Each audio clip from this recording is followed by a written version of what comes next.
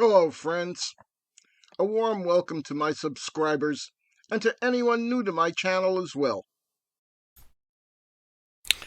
Today I've got a short video for you about a Tamiya kit I've been wanting to build for a long time. Here it is, Tamiya's World War II German Mounted Infantry figure set. I've built and painted horses before, but never with a rider up in a saddle. Here, for example, is my German horse-drawn field kitchen.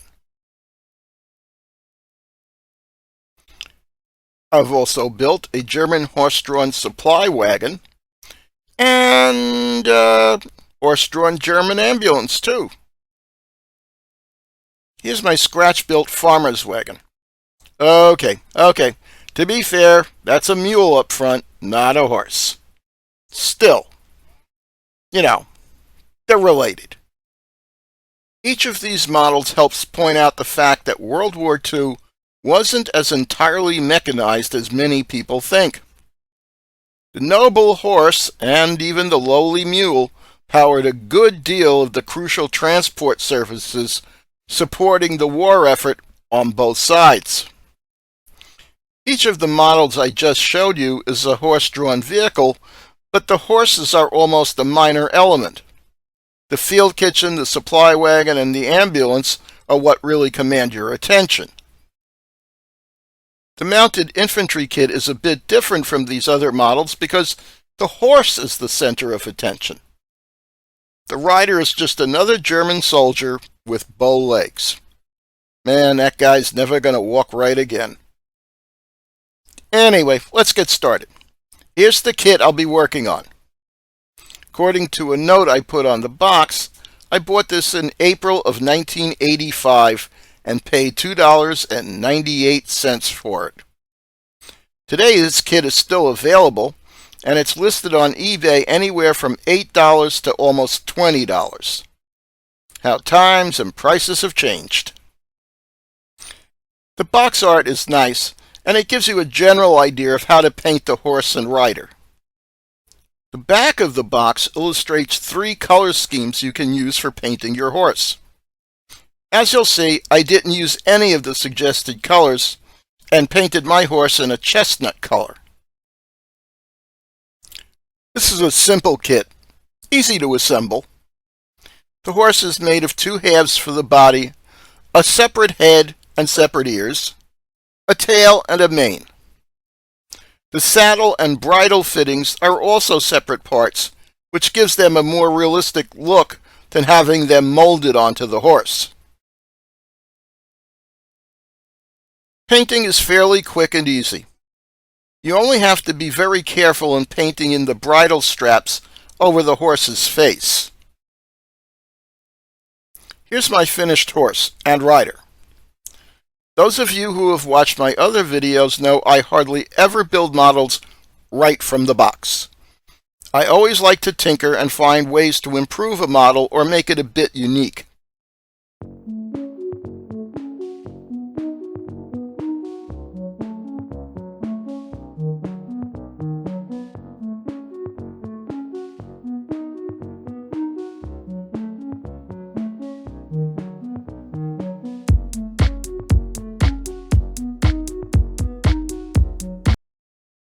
Even this simple kit had room for a bit of tinkering. The kit includes a small sheet of relatively flexible plastic to cut into strips for the reins, the stirrup straps, and the saddle strap. I replaced all these parts with parts cut from brochure paper. That's a thin, glossy photo printing paper. The paper took paint very well and is more flexible than the plastic sheet included in the kit. I also used the photo paper to make a chin strap under the rider's helmet, plus straps for his gas mask canister, his MP40, and his binoculars. My big change to this kit was in the horse. I wasn't happy with the mane and tail parts of the kit. No matter how well these are painted, they still look like rigid lumps of plastic. I made a new tail and mane from yellow tall grass fibers. Here's the tail before being attached to the horse. To keep the fibers together, I tied them with a bit of ordinary nylon sewing thread. After trimming one end to size, I stiffened it with liquid cyanoacrylic cement to make inserting the new tail into the horse easier. I did pretty much the same thing with the horse's mane.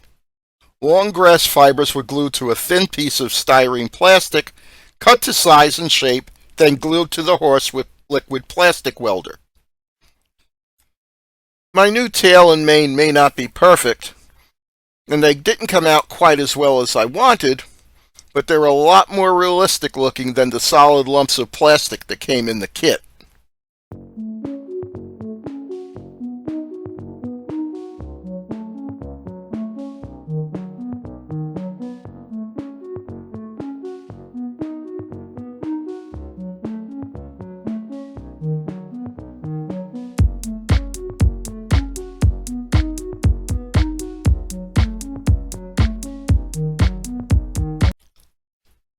And here's my horse set in a little scene on a country road in France, 1940.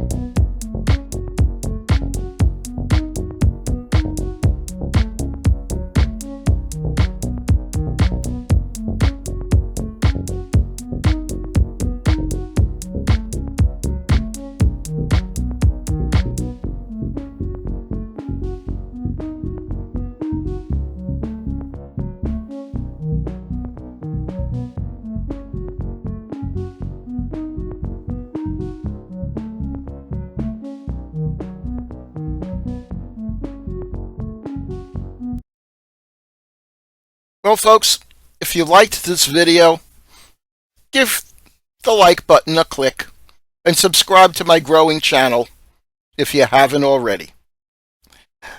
As I always say, and I really mean it, thank you very much for watching. Come back soon. So long for now.